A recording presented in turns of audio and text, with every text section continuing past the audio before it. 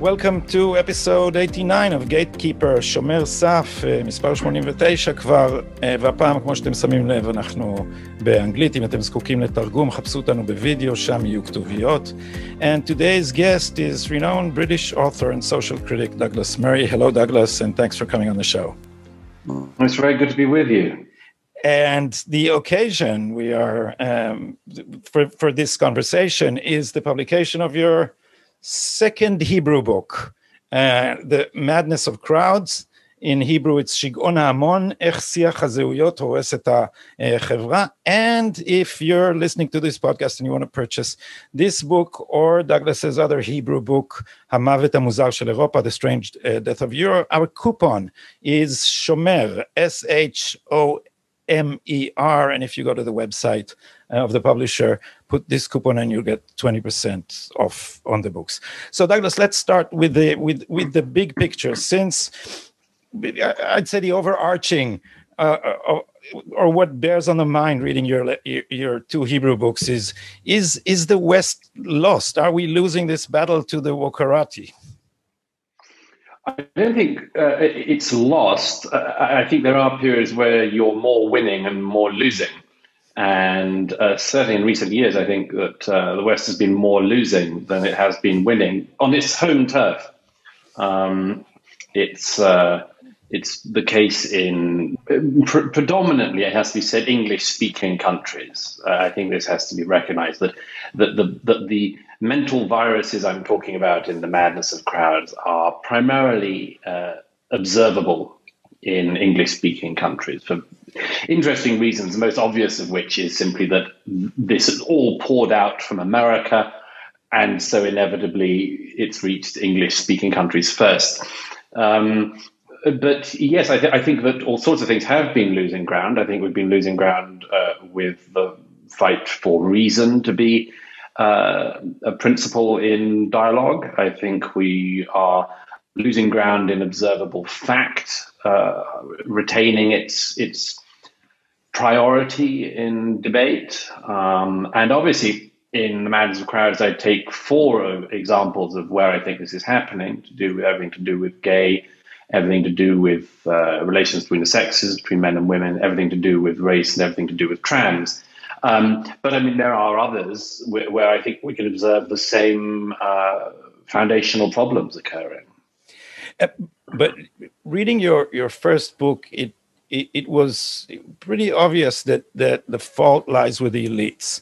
What was a little despairing about reading the new books is the way this comes from below, from a crowd.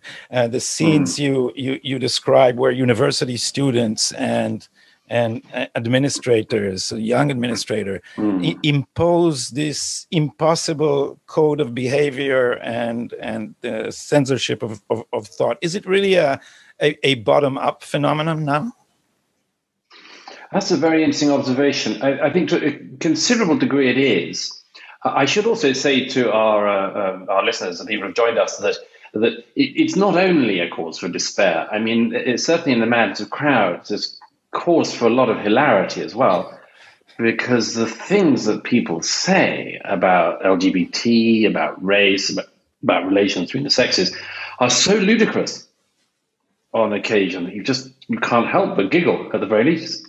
And this is because, yes, to a considerable degree, it's a bottom-up phenomenon. I'd say it's slightly different. I think that it's observable in madnesses to do with, for instance, gender issues.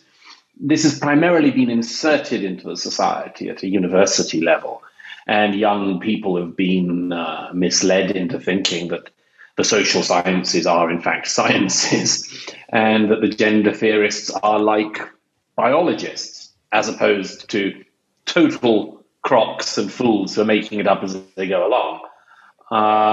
So that's where I think it's been injected into the society.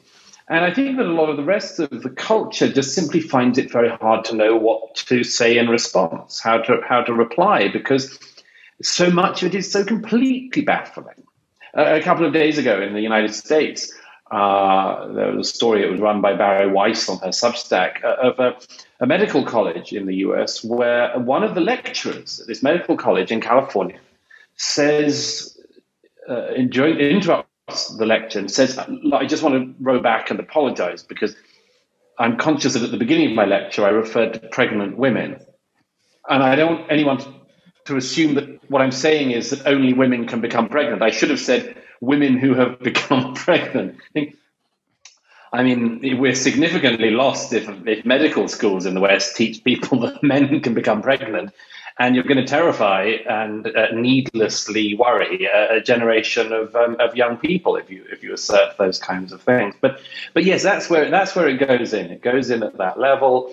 It's taught to younger people who then confound and confuse their parents and grandparents by coming home from college and spouting a lot of stuff that sounds pseudoscientific and is, but it's hard to respond to for a lot of people. I guess the most frightening juncture is where medical discourse meets the idea of gender fluidity, or as you insist on calling it, gender dysphoria, and people are encouraging kids. I remember you write about clinics that actually, in the name of medical sciences, encourage prepubescent kids to basically begin their journey to change sex at the age of 8 or something like that. That's right. There are examples. I mean, even younger than that. There's an example of a lecture I give in the book where one of these so-called experts in gender dysphoria says that a young baby pulling its onesie about is giving a signal that he wants to wear skirts, and that this is a pre-verbal demonstration of gender. Yeah, it is a mixture of funny and tragic. Absolutely. Yeah. I wonder if anyone stopped to think that if adults are cheering you when you're 9 years old for saying you are in the wrong body, how can a child resist the temptation? I mean, there's no common sense left in it, because, of course, if you have a hall full of adults and you bring in a 9-year-old who will get a standing ovation for it, who wouldn't be tempted to do this? But there's also, I found a few reasons for optimism. I found there are a lot of laughs in the book, but a few reasons for optimism. And the chief one, I think, is that in some areas, the snake has begun to eat its own tail. I must say, I enjoyed greatly the grand war between the transgender crowd and the feminists. Maybe you could say a word about the juncture where these two both woke ideologies meet. Yes, that's a particularly pleasing fight.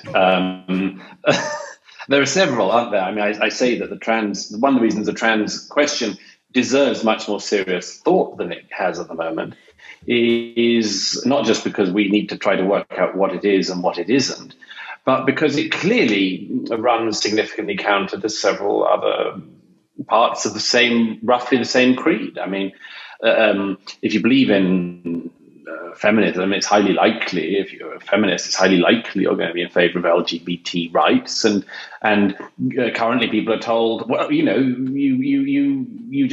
for all of that.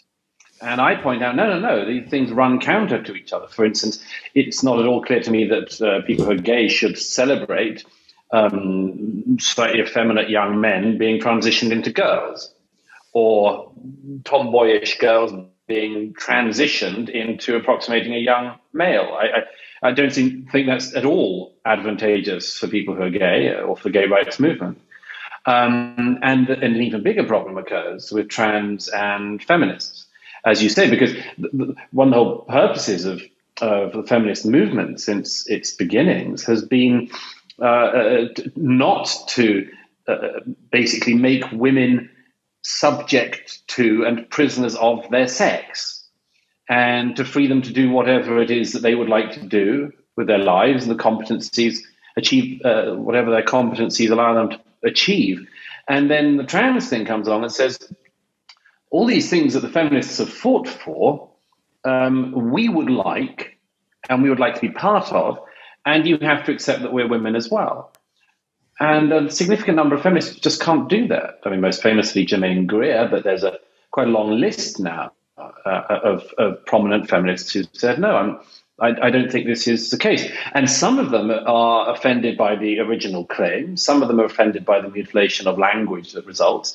And a number are interestingly concerned by the fact that, I think it's a very uncomfortable thing, this, what I'm about to say, but nevertheless it's true, the uncomfortable fact that a lot of people who are trans approximate into a form of the opposite sex that often seems like the sort of pastiche of that sex that members of that sex have been trying to avoid.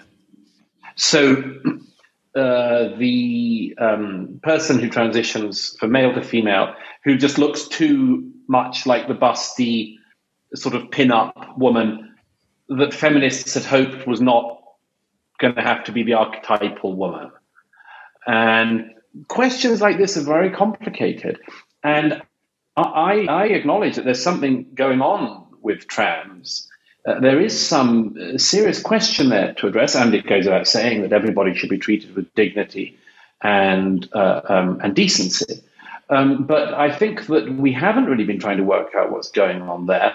We've sort of ducked it, and as a result have left the goal wide open for people making assertions that are provably untrue.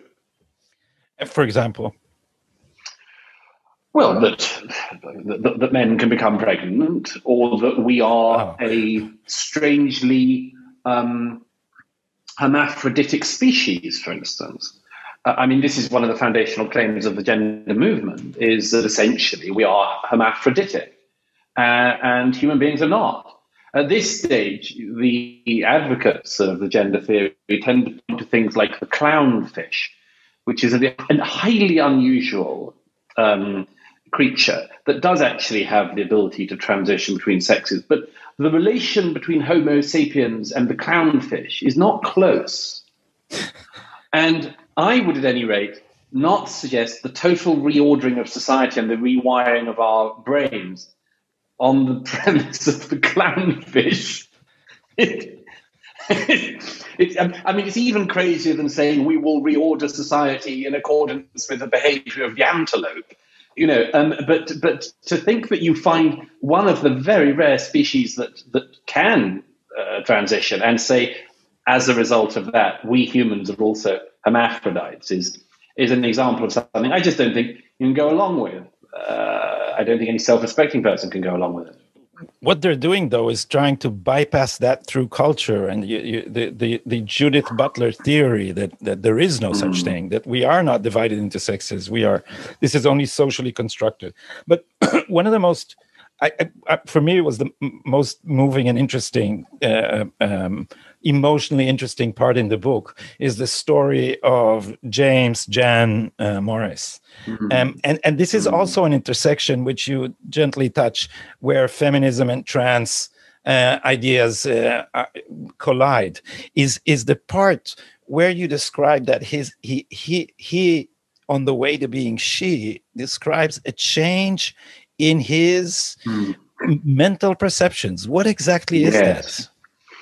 Well, that is you've landed on a very fascinating corner.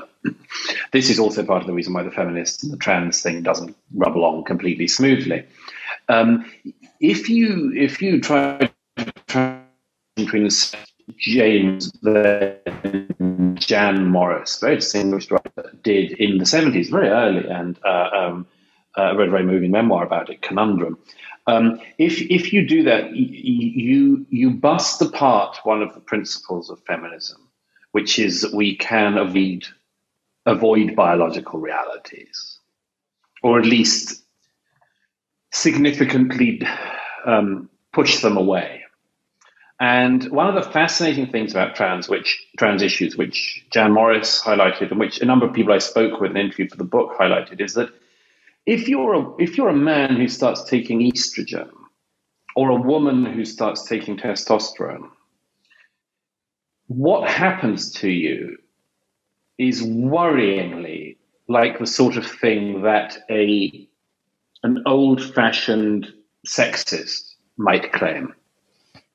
So, for instance, a man who tries to transition to a woman will start becoming highly emotional and become much more interested in people than in things.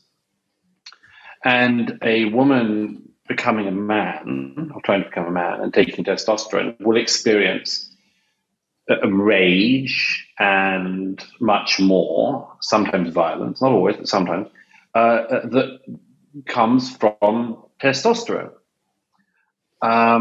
You can actually see this. I mean, it's an unaddressed issue, this, but people who are taking hormones of the opposite sex in order to try to transition display these sorts of feelings. And the case of Jan Morris, so is she was writing a very distinguished 3-volume history of the British Empire at the time that he was transitioning, and says in Conundrum that he felt his attentions changing. He felt his interest changing. And it goes along this very interesting line that changes from an interest in things to an interest in people. And also the scale. There was a sentence there, I may misquote it, that the scale of things changed for him. She was more interested in small things than in large things. Yes. Philosophically, it's an amazing idea. Yes, it's a fascinating admission. It's one of the reasons why Jan Morris was such a good writer. She died last year. One of the reasons why she was such a good writer was because she was honest and was willing to say something like that. And I strongly suspect that quite a lot of trans people now, if they were to write a similar memoir, would not be willing to say some of the things that she said 50 years ago. And yes, this comes down to this landmine issue of the sexes. And our era has tried to adapt itself to the feminist idea that we should seek to escape biology, or adapt around biology, which is a very laudable aim in lots of ways. And yet the trans issue raises this thing of the extent to which we are prisoners of biology. We can accept that or decry it, but nevertheless, we're prisoners. Not only Jan was, am I pronouncing it right? Jan, wrote about this. You wrote about this too now, and there's an awful lot in this book that could get one into serious trouble with cancel culture. Do you feel cancelled, Douglas? No, not at all. Not at all. Not a bit of it. I don't want to tempt fate, but I suppose I've now got something of a reputation as somebody who's interested in taboos, which I am, or taboo subjects. I'm interested in those things people say, don't look at that, or you're not meant to look at that, you're not meant to talk about that, you're not meant to write about that, you're not meant to investigate it or think about it. That if somebody says that, that's a surefire way for me to get interested in the thing. And so I suppose if you've done it more than once and got away with it, there's a presumption that you can survive. So I'm not cancelled, as it were. Would a straight man? And I'm a writer, and I've been a writer all my life. No. Sorry. Would a straight writer get into more trouble for writing the same things? Do you think? Some people have suggested that would be the case. I honestly don't think it is. I don't think it is. I do the gay issue first in the book because I happen to be gay. And so, because I sort of, in a way, want to structural reasons, I wanted to show, I suppose, the reader that they could trust me with the other things I write about, because I'm willing to look at what the things are that are going on under the question of homosexuality, which is a very interesting subject, on which, considering the predominance of the discussion, the debate, it's interesting how much of the debate we skip or sort of have avoided. So it's possible. I tend to find that when people assume that I get away with stuff because I'm gay, they simply haven't paid attention to the fact that I've never been in trouble given... with many gays. Yes, absolutely. And that, I mean, not that I care, but that, and also that if that was, I mean, if it were the case that I got away with stuff for that reason, then I mean, I would have had far less critics in my life than I have, and would be treated with the sort of all-round fating that happens to, say, a writer like Ta-Nehisi Coates or something like that, Race. I wanted to touch briefly. We don't have to recount the whole Halloween debacle in Evergreen, but how did we arrive at this strange situation where now racism by blacks against white had become totally legitimate? Judging people by race, and even pejoratively judging them by race, had become legitimate. How did we get here? It seems to be, in my estimation, it seems to be a correction of a kind. Like all of the other issues I write about in the Madness of Crowds, there has been racism. There is racism. It exists. There are people who are prejudiced against other people simply because of their skin color, which racial group they were born into. Just as there are misogynists and women who hate men, and there are people who are very anti-gay, and in the past, all of these things have been more prominent than they are today, and so I don't deny any of that. What inevitably happens is that in an attempt to correct that, there is a tendency to overcorrect, so that you overdo it in the expectation that if you do that for a while, you'll be able to swing back to normal or to equal treatment of everyone, regardless of their sex, sexual orientation, or race. And I think what's happened is, because there has undoubtedly been anti-black racism in a society like America, for instance, and that it has been a stain on American history, there is this expectation that therefore we'll sort of make up for it, not just by trying to help black communities or elevate black voices or anything like that, all of which is very laudable, which I would never criticize, but rather to do that and simultaneously do down the white people a bit. And this seems to be the way that our age has sort of tried to land on solving this issue. And I think it's a big mistake, not least because there's this sleeping giant of what you're meant to do, what white people are meant to do, Robin DiAngelo, whose work has become even bigger since The Madness of Crowds came out, she says in her book White Fragility, that you can't be proud of being white. You can only feel shame. And as it happens, I don't feel proud of being white. I happen to be white. If somebody said, do you feel pride in it? I think, this is absurd. But there will be a lot of people who will watch basically black supremacists saying horrible things about people who are white, and they'll think, actually, I'm white. And then after that, and I'm proud of it. And we must assert ourselves more and much more. And that's just one reason why I think this is lamentable to do this. But there are an awful lot of reasons why I think trying to address any residual anti-black racism by being anti-white is just a huge moral and tactical error. Surely tactical too, because if you look at what happens in American colleges, decent people just avoid the other races. They just avoid them because you don't want to step into a black space or something and get into an argument. So people are just increasingly careful around each other, and they're losing honesty. And honesty is a very important currency in social interaction. It's just becoming, everything is becoming a landmine. So yes, it's also particularly important in interaction when you're young and you're discussing ideas. That's when you're trying things out, throwing ideas out there, saying to friends, isn't it interesting that, and you should feel free to do that. And instead, we have this era of constraints, and so I think I agree with the point you were making that instead there's a risk at any rate that you might persuade people to be highly suspicious of each other and wary and tread around each other carefully.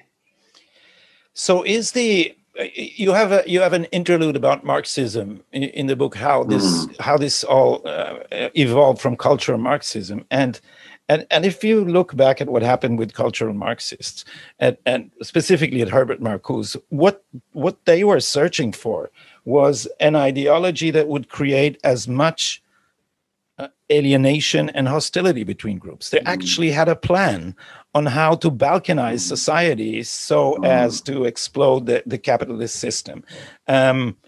Is this creed still, but it left economics out of the picture.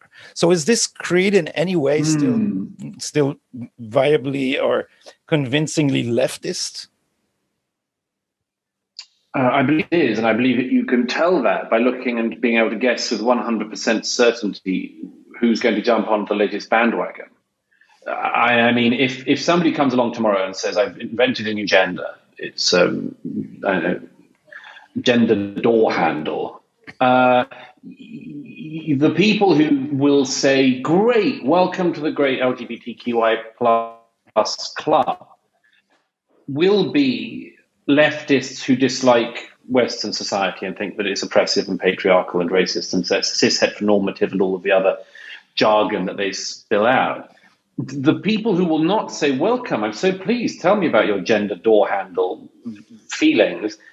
The people who won't do that will be conservative-minded people who don't necessarily hate the person or dislike the person or to be rude to them, but they're not having everything reframed by people all the time.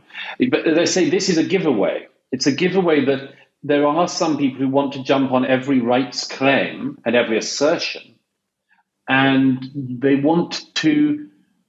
They are the people who believe that speaking Western societies are inherently bad, and there's nothing really good to be said for them. In fact, they're worse than other places. You know, look at the healthcare system. All of the other sort of examples that say the 100% accuracy you can predict where somebody's coming from politically when they throw themselves into these discussions. Does it work the other way though? Because I was struck by the phenomenon of Bernie Sanders, who in the beginning, as a socialist, just resisted this thing because he's for class solidarity, and these people are just balkanizing everything, and he wanted the better health insurance, but he was completely overtaken. It's like this dynamic the left has no antidote for it. May I ask you before we sum up, what's your next project? Are you already engaged in something, or I am, but I can never talk about that until I've finished it, because I have a fear as an author that if you talk about projects you're working on, you won't finish them, but you'll talk them out. I had a great Persian friend who used to say this always. She said, "Don't talk about a book you're writing because you'll talk it out." And she said, I knew so many people in Paris in the 60s who never wrote their books, but they talked about them at cafes on the left bank. You know. I'll switch questions then. What have you read recently that was interesting to you?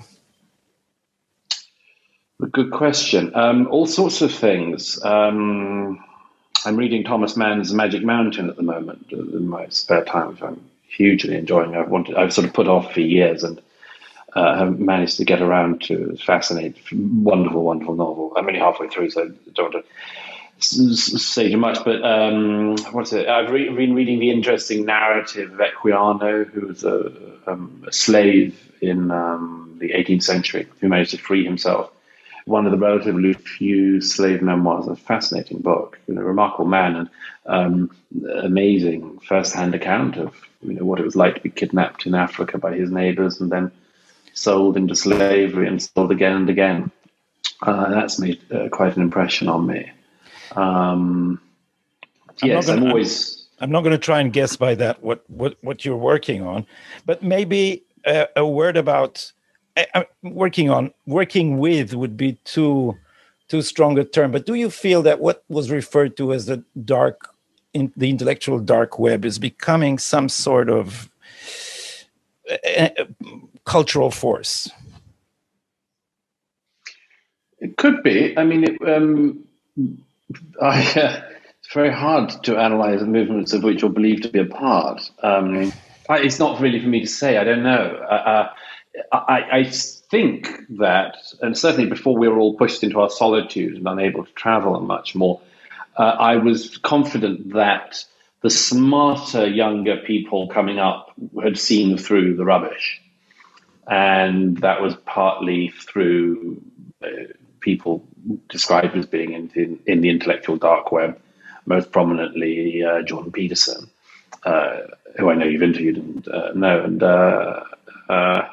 I think that there was a change underway. Now, it's hard to gauge the extent to which that's continuing, because we are all in our sort of relative solitudes, and our antennae for feeling public moods has been significantly reduced by the last 16 months. I suppose we'll see, won't we? But yes, it is my belief that a smart young man or woman who's coming up now has alternatives to the madnesses I'm describing in the madness of crowds. They have other ways out. There are other ways to think. I think there are more people than there were even a few years ago who were sort of jolly heretics, you know. And so I'm positive. I'm quite positive about that, actually. I think it was an emerging, very positive development, which I hope will continue. But while it seems that we, or the conservatives, are actually winning the battle of ideas, because the ideas of the other sides are just so... I mean, when you come to pure discussion of ideas, they have so little to offer, but they control almost completely the new mediums for public discussions. Should we have a plan to retake the public sphere? I think that's the case in some countries and not in others. I mean, for instance, the UK, where I'm from, does have good media diversity. It's true that the BBC dominates and is not quite as centrist as it pretends. Nevertheless, there are significant publications, the biggest selling, which are which I tend to write for, who are very, very successful. So, and I think it's the same in Israel to a considerable extent. There are prominent voices on the left, but there are prominent voices on the right as well, both in politics and in the media. I think the country where that's an exception is the United States of America. And I think that the perception we have these days of this imbalance comes from the Americanization of the wider culture. Because it is certainly the case in America that the media landscape falls very nearly totally to the left. I mean, among print publications, major newspapers and so on, this is very much the case in America. Not to mention social media. Social media, you have the new media, you have the ability of Facebook, Twitter, and others to silence conservative voices, which they almost always do in a single direction. And so I think there's something uniquely off with the American media landscape, which spills out elsewhere into this perception that there's an imbalance. Because in America, you've got Fox on the right, and otherwise the airwaves are all left. You have a couple of newspapers, the New York Times, the Wall Street Journal, but the others all veer very radically to the left, so have done more so in recent years. And I think this is, I think there's a very specific American problem going on in our time where where the Americans are finding it much harder than anyone else to speak to each other across divides, and it's significantly because of what I just described, and an inability to agree on what's happening. Friendships have certainly broken up in the last few years. Douglas Murry, thank you very much for this conversation. And before we part, let me mention again that we offer a coupon for both books. The שגעון ההמון והמוות המוזר של אירופה. The coupon is Shomer, Shomer. Thank you again for being on the show, and good luck with this book. It's a great pleasure. I hope to see you in Israel again before long.